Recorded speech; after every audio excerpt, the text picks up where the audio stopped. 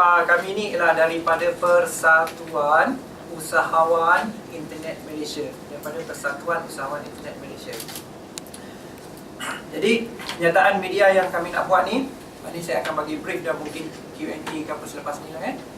Jadi kami gabungan NGO Usahawan ICT yang bernaung di bawah Majlis Tindakan Ekonomi Melayu MTEM. Kita tidak bersetuju dengan rundingan dan perjanjian TPP atas dua dasar utama. Atas dua dasar utama ni kita tak setujulah. Satu, perjanjian TPP ni dijalankan secara rahsia dan tidak terbuka. Jadi perjanjian TPP dijalankan secara rahsia, tidak terbuka kepada orang ramai, terutamanya pemain industri. Jadi ini kita tidak rasa tidak kurang enak lah dengan ini, sebab kita tidak tahu apa benda teks yang dirunding. Dan juga yang kedua ialah tiada input ataupun pandangan daripada orang ramai, terutamanya pemain industri juga lah. Maknanya input daripada kita juga tidak diminta.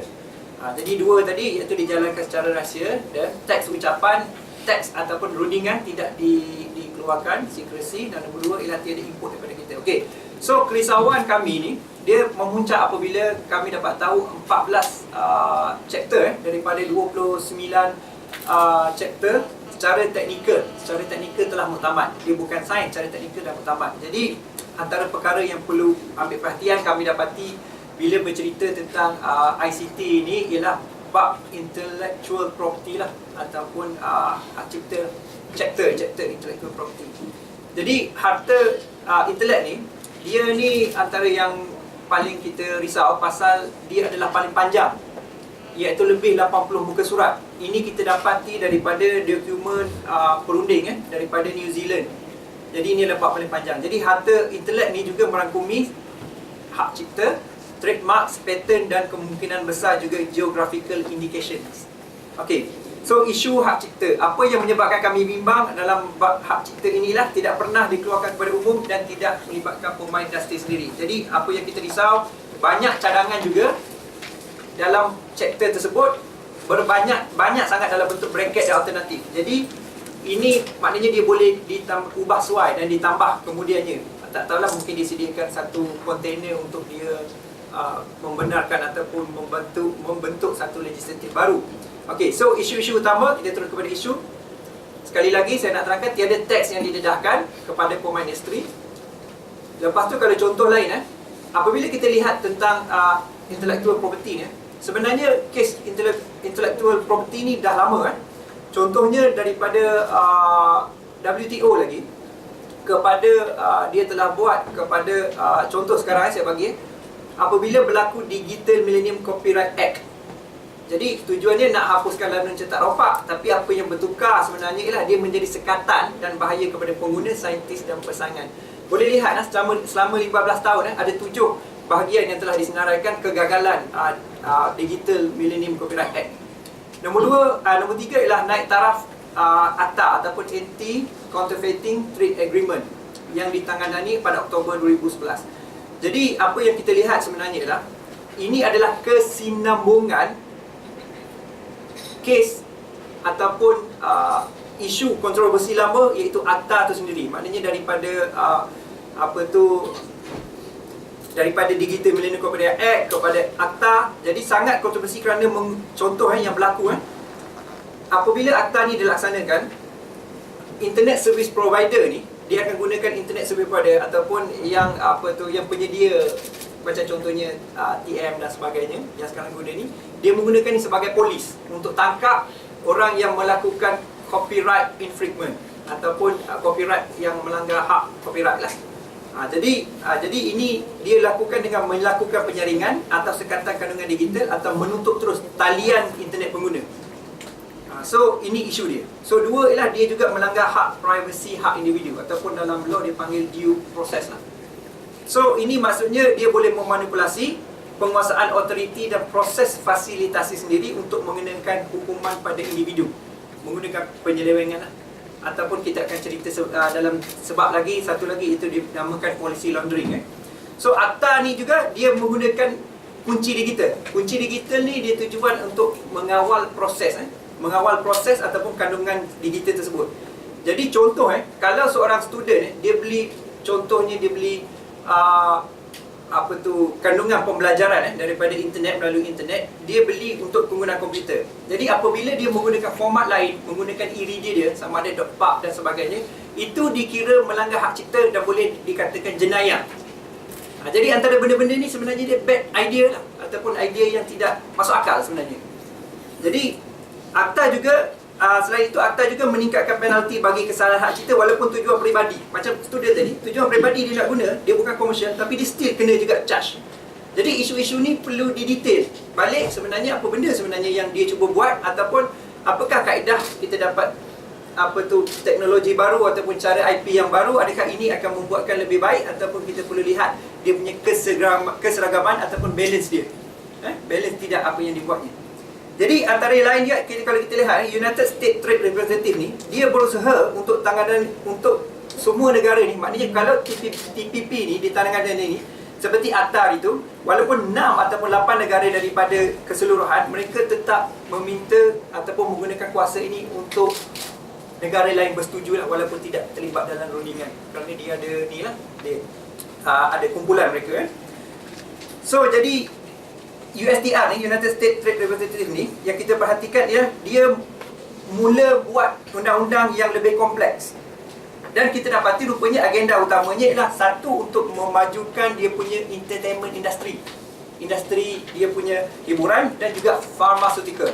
So ini fokusnya. Ini agenda ni jelas dah lama, cuma tidak diberi penekanan dalam sektor ICT dan juga dalam chapter intellectual property. Okey. So TPP juga, sekali lagi saya nak jelas, bukan saja negara terlibat kena, tetapi dia akan asak ataupun lain supaya turut serta lah, maknanya menerima ni. Sebab dia ada contohnya, kalau boleh lihat kandungan kesan perjanjian ni, boleh tengok di Special 301 report, Special 301 reports. Okey, so kerisauan terhadap TPP yang kita risau ialah kita akan hilang kebebasan bersuara. Kenapa kita risau hilang bersuara? Pasalnya contohnya kan, daripada kita punya pendapatan secara kasar 2010 daripada KDNK negara, iaitu sebanyak lebih kurang 41%, iaitu lebih kurang 30 bilion melalui transaksi internet daripada berbanding negara Malaysia lah, berbanding negara lain. So apa yang berlaku ini adalah daripada hak kebebasan menggunakan internet itu sendiri. Jadi apabila ada patent, contohnya sebarang produk dan jadi tiada inovasi boleh dilakukan kerana melibatkan kos dan juga melibatkan satu dipanggil melanggar hak cipta. Jadi kebebasan bersuara, hak individu mungkin hilang, hak individu.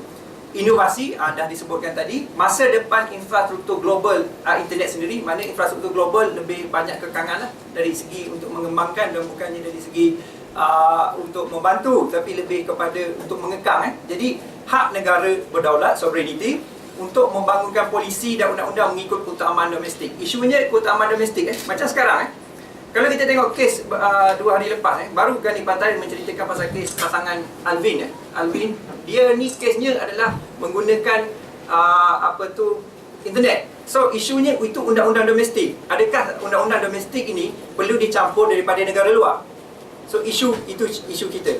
Jadi dan undang-undang mengikut keutamaan domestik. So undang-undang ni domestik tidak perlu dikacau lah. Jadi itu yang kita mahu. Jadi apa yang kita lihat, dia cuba nak masuk domestik sekali So saya jelaskan lagi sekali. Jadi contoh teknikal isu penyalahan dalam ekonomi digital kewujudan trade related aspect of intellectual property, TRIPS. Trade ni dah lama, tahun 1966 tak silap saya, daripada WTO, iaitu digunakan untuk wujud keseimbangan harta intelek. Asalnya harta intelek tu lebih kepada buku dan hak cipta lah. Kalau dulu buku dan hak cipta 50 tahun, sekarang ni mereka meminta sehingga hampir 100 tahun ataupun 97 tahun. Jadi dan trade ini boleh juga disalahguna apabila policy laundering berlaku. Contohnya satu negara ataupun satu kumpulan ataupun satu entiti, syarikat dan sebagainya, apabila dia cuba masuk ke dalam kongres yang membincangkan isu TPP ini tidak dapat, mereka tidak dapat dari segi isu perjanjian daripada semua pihak, apa yang berlaku ialah dia akan hantarkan satu bil. Bil tu bermaksudnya dokumen dan sebagainya kepada TPP masa rundingan. Jadi masa rundingan tu secret. So setiap negeri dia ada perunding sendiri. So apa yang berlaku ialah benda tu dimasukkan secara tidak tahulah kan. Kita tidak tahu.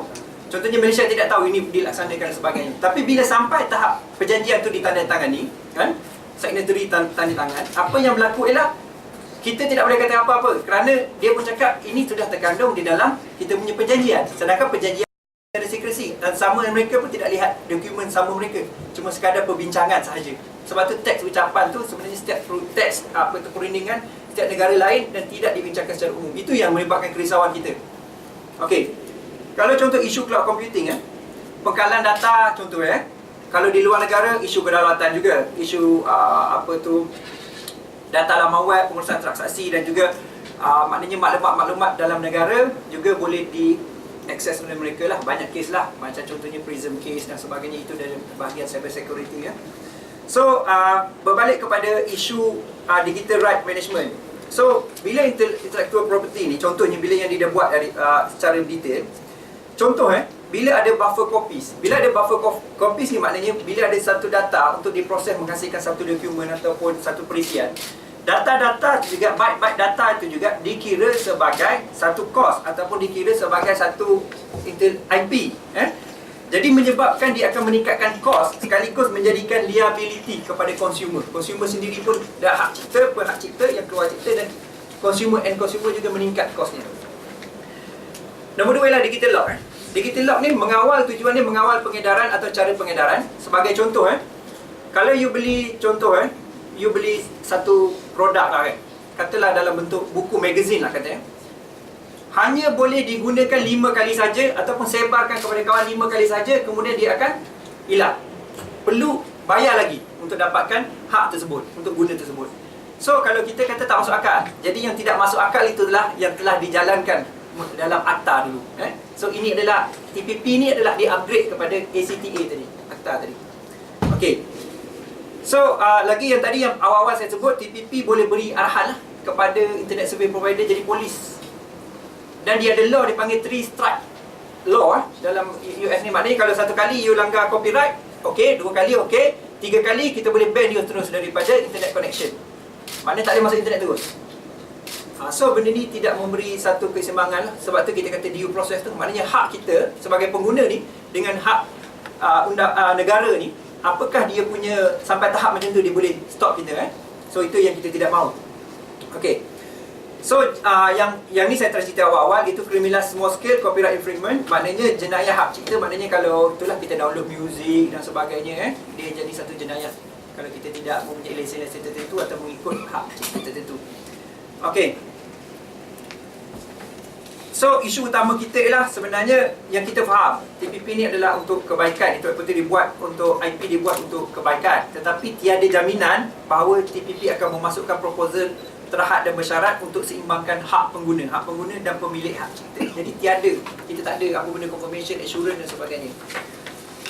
Contoh yang lain adalah yang terakhir sebenarnya adalah creative content lah. Kalau kita tengok negara barat terutamanya di Hollywood lah khususnya, mereka ada 300 juta lebih populasi. Jadi setiap kali dia keluarkan animasi video ataupun movie animasi ini akan dia keluar dan mereka akan boom, memang dapat millions lah. Jadi apa berlaku? Kos dan juga keuntungan sudah dapat pada mereka dan dia akan sebarkan kepada negara TPP lain dengan kos yang lebih rendah.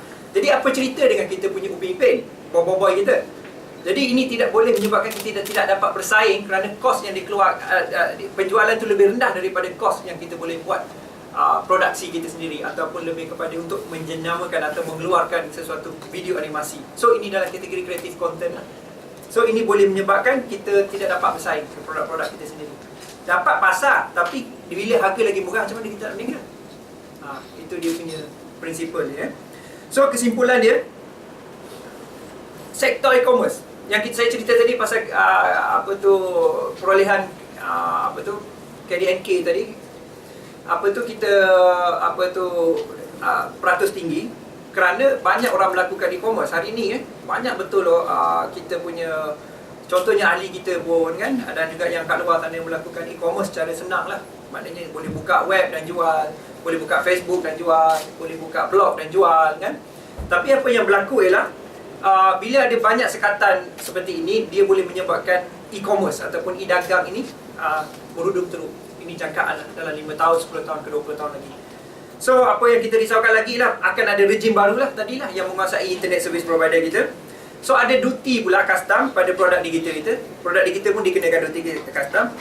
Ya, yang saya cakap kes bor-bor apa sebagainya kita adalah pelindungan atau galakan produk digital tempatan mungkin akan hilang. Dan juga penguasaan jenayah harta intelek ni maknanya lebih daripada dia punya asalnya WIPO Internet Treaties ni lah. So takut dia lagi advance memang dia advance pun. Jadi kesan keseluruhan yang kita dah mahu ialah sekatan hak bersuara rakyat, sekatan pencipta kandungan digital, sekatan kebolehan syarikat teknologi mencipta produk inovasi. Inovasi ni maknanya diambil yang sedia ada. So bila dia banyak sangat kos terlibat, banyak sangat undang-undang terlibat, hak cipta, jadi inovasi tu dikekang. Banyak sangat prosedurnya, banyak sangat kosnya, banyak sangat undang-undangnya. Jadi menyebabkan kekangan kepada sekatan kepada syarikat teknologi mencipta produk inovasi. So sekatan lepas tu yang paling penting juga pada rakyat ni juga, sekatan kebolehan pengguna untuk gunakan kandungan digital. Itu tak boleh, ni tak boleh, lalu tak boleh, jual tak boleh, ni tak boleh. Semua nak kena tangkap je. So berdasarkan perkara-perkara di atas, kami buat kesimpulan bahawa TPPA tidak memberi manfaat kepada industri ICT. Tak ada manfaat. Yang masih baru di negara ini. Justru itu Malaysia harus menarik diri daripada menganggotai TPP serta-merta. Kena tarik diri daripada rundingan ataupun daripada perjanjian. So kita urge, kita minta supaya menarik diri. Isunya kita dah tulis tadi, isunya jelas, isunya interest dan agenda, isunya industri entertainment dan juga industri pharmaceutical. Kalau tengok IP ni dalam bahagian pharmaceutical pun lagi banyak babnya. Itu saja kita punya kenyataan media daripada kita Persatuan Usahawan Internasional mewakili badan gabung NGO di bawah kluster ICT. Terima kasih.